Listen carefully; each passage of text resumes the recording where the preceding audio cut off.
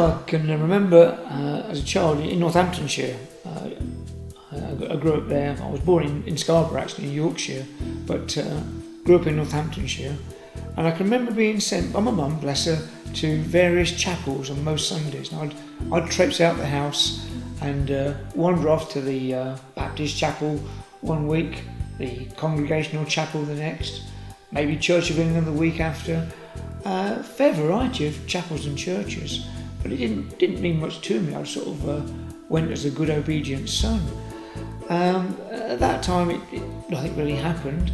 But I suppose as a youngster, I had a sense there was something. I knew there was something other than normal, sort of just me and life. I sensed, I wouldn't have said God, but I sensed there was something beyond ordinary life, being, power, whatever. And that was with me all through my childhood and into later years now even, but now I can probably put a name to it. But even then, I sensed something.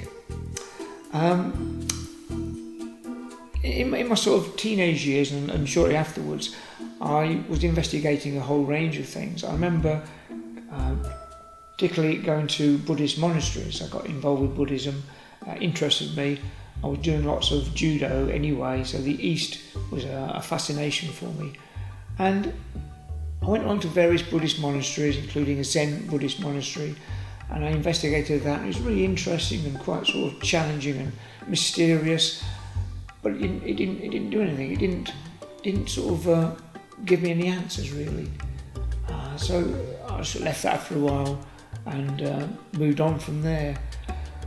At that time I was working, teaching. I taught for many years. I was earning a good living.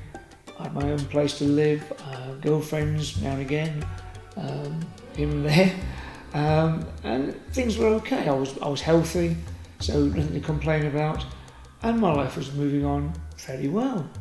A friend at that time who I was working with kept inviting me to church, and I said no thanks, I'm not interested, and I wasn't interested. And then something happened. I forget what. It was probably a relationship collapsing or some other issue in my life. And I chose to go along to the church, which was quite close to where I lived. And I remember going in there, it was noisy, it was vibrant, people were clapping, they were happy, cheerful, friendly, really welcoming, and guess what? Yep, I hated it. I just couldn't take it. It's not really me. I'm not the most sociable person. I still struggle a little bit in groups. I'm not sort of easy to talk to sometimes, I'm afraid. Anyway, I went in there and it was like this, and they were sort of really cheerful. And for some reason, I kept going. I went back the following week. One reason could have been the number of attractive young ladies there, although it took me 20 years to marry one of them, but that's a different story. I think, looking back now, I can see now it was God drawing me to Him. God was at work in those days, although at the time I didn't realise that. And I kept going and it must have been hard work for those people there, bless them. They were really lovely to me, but I'd stand there regularly with my arms folded, quite stony-faced, not really smiling, back to the wall. Not being horrible, but certainly not being very responsive to people's kindness. But they stuck at it, bless them. And gradually, I suppose I've changed. Gradually, the truth began to seep into me, and I realised what Jesus had done for me. I recognised and realised that my sins, the things I'd done wrong, the things that kept me from God, had been dealt with by Jesus. He actually died in my place. His death on the cross paid the price for me, and I needed to make a response to that.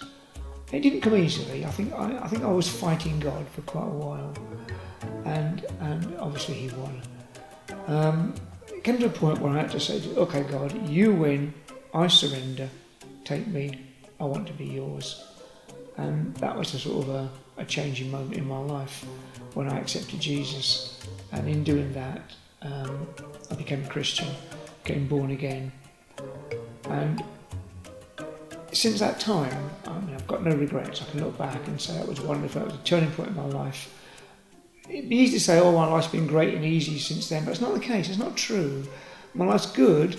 I thank God for what He's done and what He's still doing. But I wouldn't say to anybody, becoming a Christian means you get an easy ride. There's been difficulties, there's been challenges, things have happened.